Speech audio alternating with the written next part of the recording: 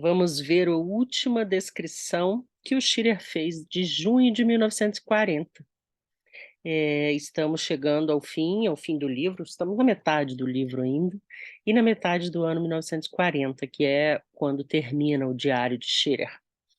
Vamos ver. Ele escreve de Berlim, dia 28 de junho de 1940. Uma palavra sobre algo pelo qual os alemães seriam capazes de me fuzilar, se a Gestapo ou o Serviço Secreto Militar encontrassem algum dia essas notas. Abre parênteses. Escondi-as convenientemente no meu quarto de hotel. Mas a verdade é que até mesmo um detetive amador poderia encontrá-las com facilidade. Fecha parênteses. Senti-me chocado pela forma ante a qual o exército alemão, na França e na Bélgica, abusou do distintivo da Cruz Vermelha. Há dias, quando nos achávamos a cerca de 40 quilômetros de Paris, fizemos uma parada num grande depósito militar de gasolina, a fim de reaprovisionar os nossos carros. 40 ou 50 caminhões-tanques do exército estavam alinhados sob as árvores de um pomar. Muitos deles traziam pintadas as insígnias da Cruz Vermelha. Da mesma forma, inúmeros caminhões ordinários, dotados de uma cobertura de lona, que vêm sendo usados para o transporte de tambores de gasolina, ostentavam a cruz encarnada dos lados e em cima, e realmente tinham toda a aparência de ambulâncias. Um oficial alemão muito provavelmente percebeu que eu estava notando esse vergonhoso abuso das insígnias da Cruz Vermelha. Apressou-se a fazer-nos entrar para os automóveis, levando-nos logo dali. Esse fato talvez explique por que a Luftwaffe não tem respeitado as marcas da Cruz Vermelha do lado dos aliados. Muito provavelmente, Göring acredita que estes estão fazendo o mesmo que ele. E isso também pode servir para explicar o que há dias me disseram outros correspondentes que estiveram de visita a Dunkerque. O fato que mais os impressionara naquele ponto foi a vista dos restos calcinados de uma longa coluna de ambulância da Cruz Vermelha francesa e inglesa atirados sobre o cais.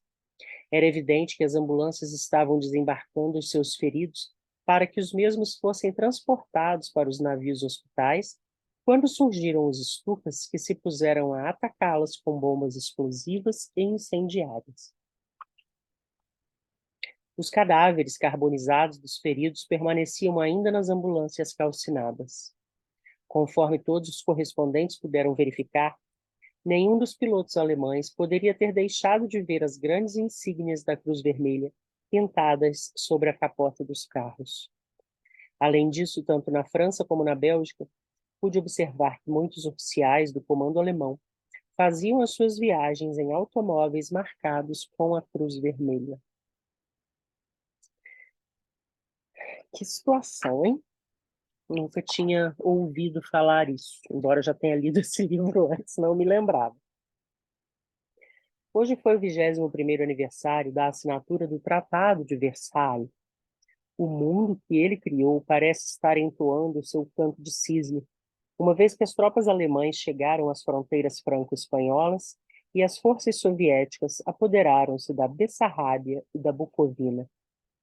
Ainda na semana passada, em Paris, soube de boa fonte que Hitler planejava uma nova humilhação a ser imposta hoje à França, com a realização de uma parada da vitória em frente ao Palácio de Versalhes, exatamente neste 21º aniversário da assinatura de outro armistício.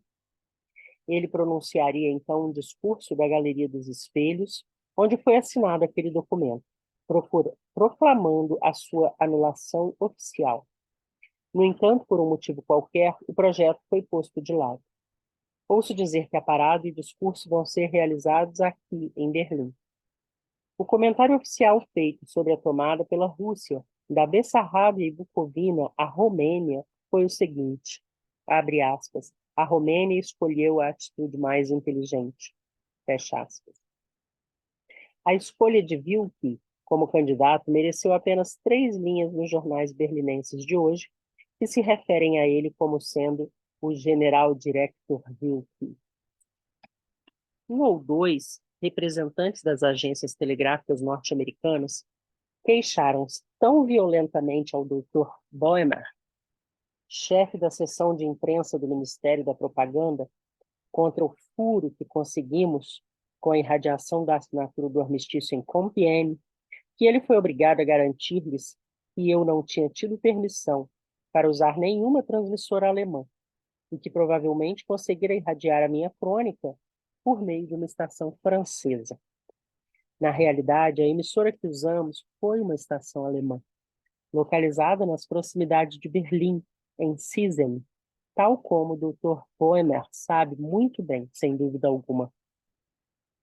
Aliás, a verdade é que os alemães realizaram uma obra de técnica verdadeiramente soberba com as nossas duas irradiações do armistício. Por um esforço sobre-humano, os engenheiros militares estabeleceram em 2 dias uma linha radiotelegráfica de Bruxelas até a floresta de Compiègne. Durante a primeira fase da campanha, eles tinham conseguido a ligação entre a capital belga e Colônia, o ponto mais próximo em território alemão do sistema radiofônico do Reich. A necessidade de dispor de uma linha radiotelegráfica e não de uma simples linha telefônica ficou amplamente demonstrada no primeiro dia das negociações de Compiègne. Enquanto a voz de Kerker e a minha chegavam a Nova York, segundo nos informaram, com uma clareza única, os correspondentes jornalísticos norte-americanos que telefonavam as suas crônicas para Berlim, servindo-se de uma linha telefônica comum, queixavam-se de que, mesmo gritando a toda a força dos pulmões, muito dificilmente podiam ser compreendidos na capital alemã. Mas, com a linha radiotelegráfica perfeita que nos foi fornecida, estendida de Bruxelas e Colônia até Sisem, 9/10 das nossas dificuldades estavam resolvidos. A RRG forneceu-nos os necessários microfones instalados apenas a 15 metros do vagão do armistício, colocando ainda à nossa disposição um amplificador montado num caminhão. Era tudo de que necessitávamos. Além disso, em Berlim, a RRG destacou um locutor que fazia constantes chamados para Nova York por meio das ondas curtas, a fim de anunciar o momento exato em que estaríamos no ar. Paul White, nos telegramas que me enviou, revela que no primeiro dia somente captaram a nossa faixa de onda 1 minuto antes de começarmos a falar, o que proporcionou pouquíssimo tempo para interromper o programa que estava sendo transmitido, a fim de irradiar as nossas palavras. Nosso sucesso, como todos os sucessos, foi devido a um conjunto de circunstâncias felizes. Em primeiro lugar, ficamos sem saber, durante as 24 horas imediatas, que o comunicado oficial sobre a assinatura do armistício tivera que ser aprovado pelo próprio Hitler antes de ser publicado em Berlim. Como Hitler estava longe, isso só foi conseguido depois de várias horas. Supunhamos que a DNB tivesse divulgado o texto desse comunicado em Berlim logo depois que o mesmo foi transmitido de Compiègne às 18h50, exatamente no instante preciso em que o armistício foi assinado. Não entramos no ar senão às 20h15, isto é, 1h e 25 minutos mais tarde. Na realidade, fomos atrasados em 45 minutos, porque a RRG, muito naturalmente, estava usando a linha para transmitir a sua própria irradiação para Berlim. Felizmente para nós, essa descrição feita pelos alemães não foi transmitida imediatamente, e sim gravada em Berlim, onde ficou retida até que o alto comando a aprovasse. E isso também levou várias horas. Aliás, na véspera, o alto comando obrigara-nos a passar pelo mesmo processo. Isto é, tivemos que irradiar a nossa descrição do primeiro dia das negociações para Berlim, onde a mesma foi gravada e submetida à apreciação dos censores militares. Assim somente entramos no ar, falando diretamente para Nova York, depois da aprovação dos militares em Berlim. Mas, no segundo dia, vislumbrei a oportunidade de tirar partido do nervosismo dos alemães pela assinatura do armistício. E, depois de muito importuná-los, contando ainda com o auxílio de 3 funcionários alemães, Adamovsky, chefe do sistema radiofônico alemão, Ziefer, chefe da seção de onda curta, e um certo coronel pertencente ao alto comando. Fomos dispensados dessa gravação e pusemos-nos a transmitir diretamente para Nova York. Ninguém supunha que o fizéssemos.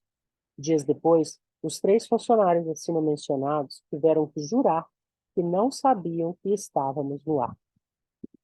De qualquer forma, o importante foi que, no meio de toda a agitação do momento, consegui deles a ordem muito simples e também vital para que fosse feita uma ligação na sala de controle da RRG em Berlim, que nos pôs no ar, falando diretamente para Nova York.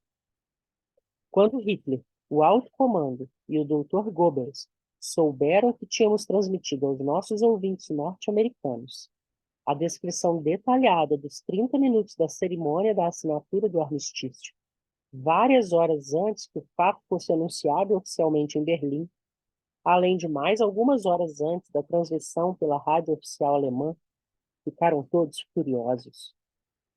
Meus 3 amigos alemães estiveram na iminência de responder ao conselho de guerra, ou sofrer coisa pior ainda, e passaram alguns dias muito pouco agradáveis antes que esse incidente fosse encerrado. O curioso é que o exército alemão o único neste país, compreende perfeitamente bem a posição do rádio norte-americano como fornecedor de notícias e análises de noticiário nos Estados Unidos. O Dr. Goebbels e o chefe dos serviços de imprensa estrangeira do seu ministério, Dr. Boehmer, nunca chegaram a apreciar bastante esse fato. E foi somente a insistência das autoridades militares que permitiu que Kerker e eu fôssemos levados a Compiègne. Boehmer, que é positivamente contrário ao rádio, logo pela manhã do dia da assinatura do armistício, apressou-se a fazer transportar Lohner, Russ e Eusner, os correspondentes das 3 agências telegráficas norte-americanas, de Compiègne a Berlim, de avião, para que, da capital do Reich, pudessem ser os primeiros a receber a notícia. Como se viu, ele cometeu um erro estratégico, e não havia um único correspondente telegráfico na floresta de Compiègne por ocasião da assinatura do armistício.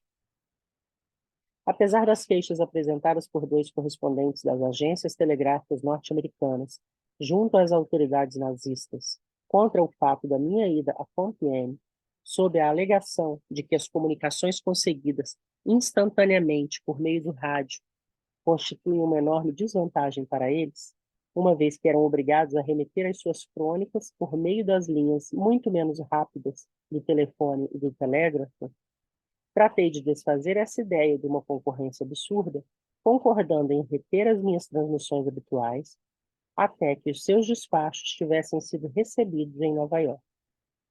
Aliás, desde que a NBC e a CBS dispõem do serviço de todas as agências telegráficas, não existe o menor perigo de o rádio ser furado pela imprensa.